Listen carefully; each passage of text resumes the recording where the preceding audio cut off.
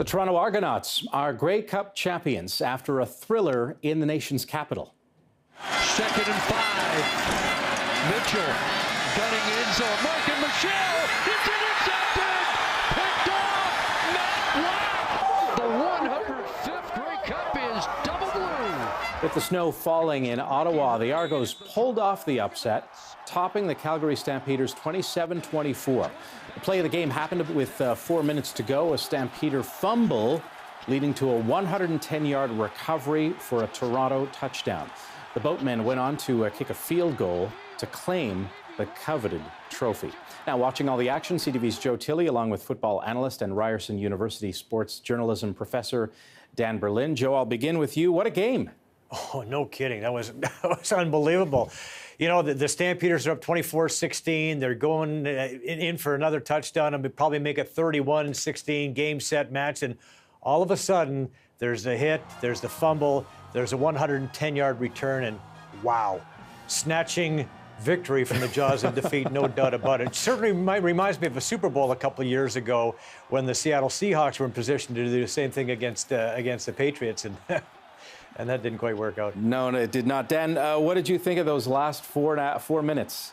Well, yeah, you know, this almost played out like a basketball game where you tune into the last 5 minutes for all the excitement. I was blown away, and I think what the difference was for the Argos, their ability to make big plays. Certainly we have the 109-yard fumble return by Cassius Vaughn that, as Joe mentioned, completely turned the game on its head. I mean, Calgary had this game sewn up, and they basically handed it back to the Argos, got them back in the game. And, of course, in the dying seconds, Bo Levi Mitchell with the team in field goal position. Hey, kick the field goal, go to overtime, throws it into the end zone. Matt Black intercepts it. And, of course, we can even look back to the first quarter where DeVere Posey for the Argonauts caught a 100-yard touchdown pass. When it came down to it, big plays were the difference in this game, and the Argos made them all.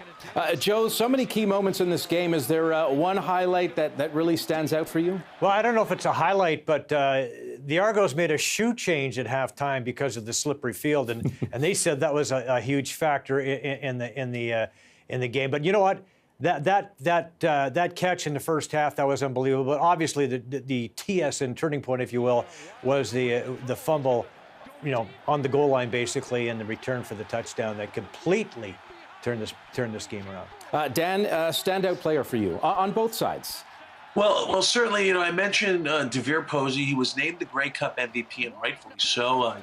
Caught 175 yards receiving for the game, including that huge 100-yard touchdown that goes down in CFL Grey Cup history as the longest touchdown catch in, 105 Grey Cups. Incredible to see that.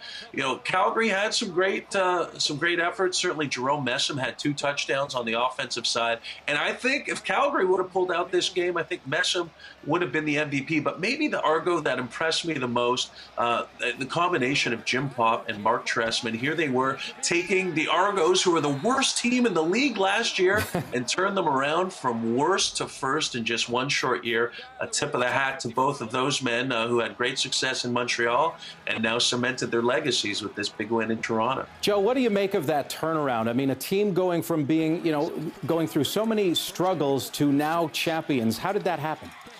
Well, Dan just touched on it. It was, Pop and Trestman, that combination, putting this team together.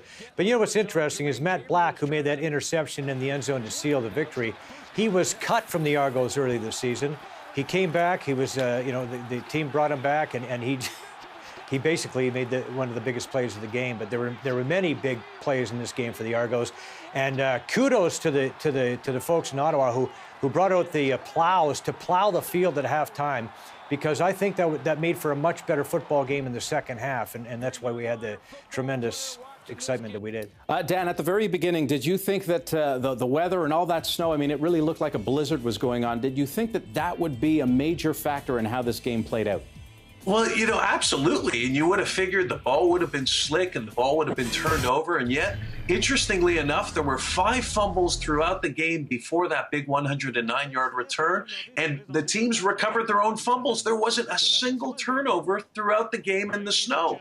And Calgary looked like the better team, had better ball control, but ultimately made 2 key mistakes that really cost them. So I thought that was great. But, the snow just, I think, added a rare element to this game. It was 21 years ago, the last time a Grey Cup was played in these kind of conditions, and ironically enough, it was the Argos who won that 84th Grey Cup over Edmonton back at the old Iverwin Stadium. So I guess for the Argos, the snow was a welcome sight. A beautiful Canadian moment to watch this Sunday. Dan Berlin, football analyst and Ryerson University professor, and Joe Tilley, thank you very much.